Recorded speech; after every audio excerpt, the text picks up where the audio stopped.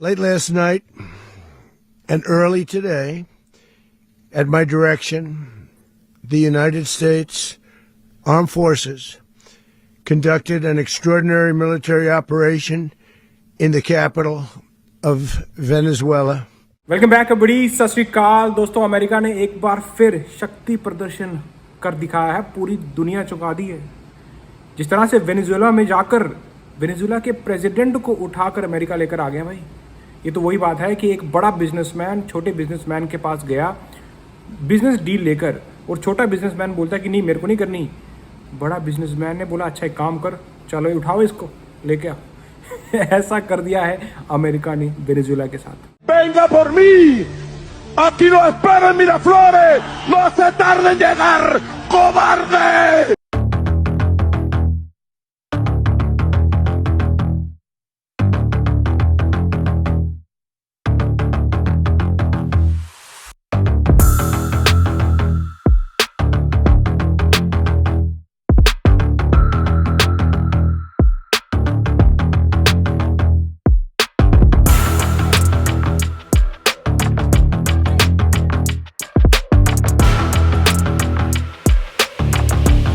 President Nicolas Maduro, basically उनको एक तरह से डिक्टेटर बोला जाता है।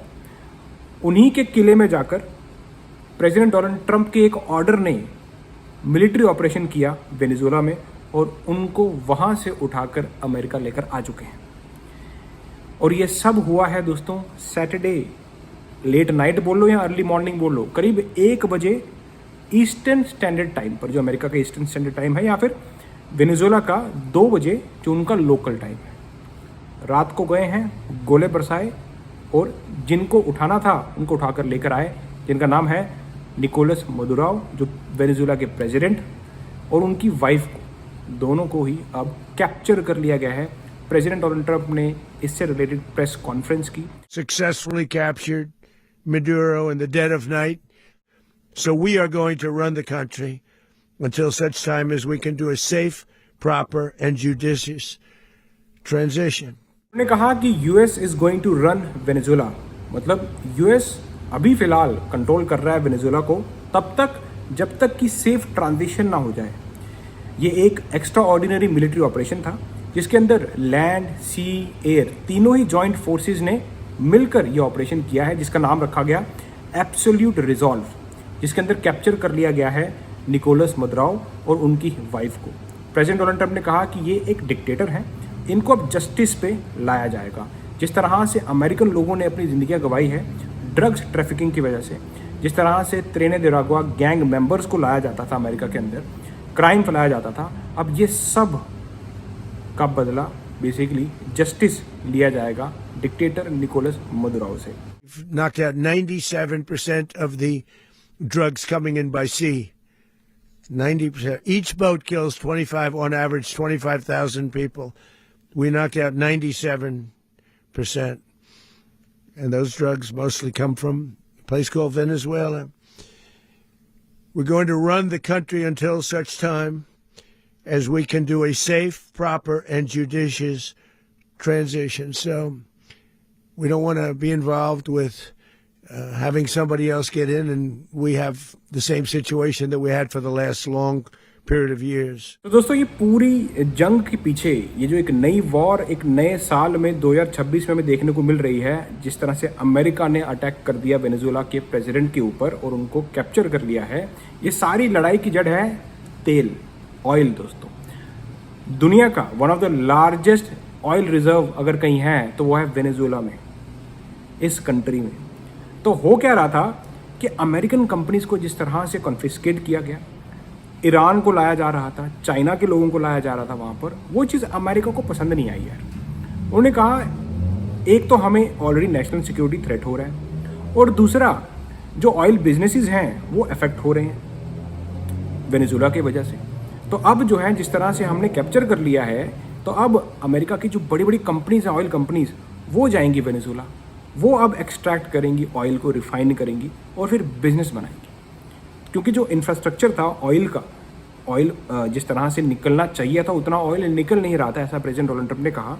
तो वो उन्होंने कहा कि अब हम जो है अपनी कंपनीज, अमेरिकन कंपनीज भेजेंगे और ऑयल की जिस तरह से एक्सट्रैक्शन होती है, रिफाइनिंग होती है, सब कुछ वो देखेंगे और बिलियंस ऑफ डॉलर्स बनाएंगे।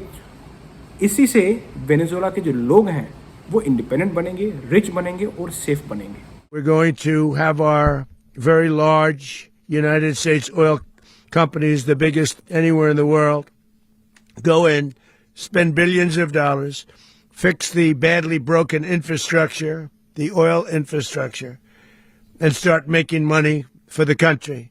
We'll make the people of Venezuela rich, independent, and safe. President Donald Trump ने कहा कि इस मिलिट्री ऑपरेशन के अंदर एक भी अमेरिकन सर्विसमैन की जान नहीं गई, हमारा कोई इक्विपमेंट फेल नहीं हुआ। हालांकि हम लोग दूसरी वेव के लिए रेडी थे, लेकिन पहली वेव में ही हमने डिक्टेटर निकोलस मदुरो को कैप्चर कर लिया। Not a single American service member was killed, and not a single piece of American equipment was lost. Secretary of war Pete Hegseth, उनका कहना है कि ये operation basically peace through strength था। हमने निकोलस मदुरो को बहुत ज़्यादा चांस दिए। जिस तरह से ड्रग फ्लो हो रहा था अमेरिका के अंदर, लोगों की जान जा रही थी, यही बेस्ट तरीका था इन सब चीज़ों को रोकने का। No other country on planet Earth, and it's not even close, could pull this kind of operation off. And no other president has ever shown this kind of leadership, courage, and resolve. Nicolas Maduro had his chance, just like Iran had their chance, until they didn't and until he didn't. He effed around, and he found out. President Trump is deadly serious about stopping the flow of gangs and violence to our country. Deadly serious about stopping the flow of drugs and poison to our people. Deadly serious about getting back the oil that was stolen from us. And deadly serious about reestablishing American deterrence and dominance in the Western Hemisphere. This is about the safety, security, freedom, and prosperity of the American people.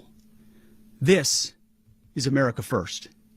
This is peace through strength. और दोस्तों, US secretary of state Marco Rubio, उन्होंने बहुत तगड़ी speech दी। उन्होंने कहा, देखो सबसे पहले तो हम ये जो निकोलस मदुरो थे, ये प्रेसिडेंट, हम इनको मानते ही नहीं, ये डिक्टेटर थे। इनको ट्रंप जो फर्स्ट एडमिनिस्ट्रेशन थी, बाइडेन एडमिनिस्ट्रेशन थी, और जो ट्रंप की सेकेंड एडमिनिस्ट्रेशन है, तीनों एडमिनिस्ट्रेशन इनको प्रेसिडेंट मानती नहीं है, इवन यूरोपियन यूनियन भी। और दूसरी ओर इनके ऊपर $50 मिलियन का बॉन्ड था, मतलब इनाम था। साथ ही साथ अगर आप ये जो वेनेजुएला के प्रेसिडेंट थे, ये अपनी कंट्री में अगर ईरानियन इन्वॉल्वमेंट लेकर आ रहे हैं, अमेरिकन कंपनीज को कॉन्फिस्केट कर रहे थे, साथ ही साथ ये कोशिश कर रहे थे कि गैंग मेंबर्स को अमेरिका में भेजा जाए, ड्रग्स भेजे जाएं, तो ये सब आप प्रेसिडेंट डोनाल्ड ट्रंप होने नहीं देंगे। और इनको इतनी बार हमने चांस भी दिया बात करने का, लेकिन फिर भी ये बिग बॉय की तरह एक्ट कर रहे थे। तो president Donald Trump is a president of action. वो बातें नहीं करते, वो एक्ट करते हैं।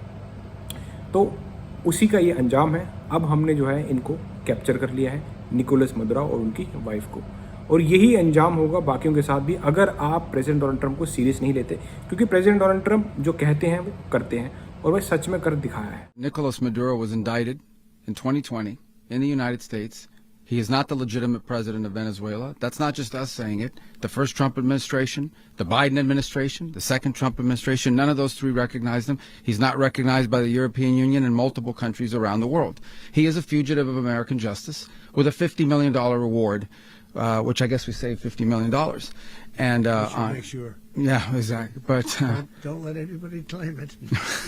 Nobody deserves it but us. But I want to be clear about one thing. Nicolas Maduro had multiple opportunities to avoid this. He was provided multiple very, very, very generous offers and chose instead to act like a wild man, chose instead to play around. And the result is what we saw tonight. The other message here is the following. You have a guy, like many people around the world, they like to play games. You have a guy who decides he's going to invite Iran into his country, is going to, do the confiscation of American oil companies, is going to flood our country with gang members, is going to take Americans prisoner and try to hold them for hostage and trade them like he was able to do with the Biden administration. Basically likes to play games all this time and thinks nothing's going to happen. And I hope what people now understand is that we have a president. The 47th president of the United States is not a game player. When he tells you that he's going to do something, when he tells you he's going to address a problem, he means it. He actions it. I can tell you, I've watched this process now for 14, 15 years, been around it. Everybody talks, I'm going to do this, I'm going to do that. When I get there, we're going to do this, we're going to take... This is a president of action. Like, I don't understand yet how they haven't figured this out. And now, if you don't know, now you know. Because this is the way it's going to play out. And I think people need to understand that this is not a president that just talks and does letters and press conferences. And, if he says he's serious about something, he means it.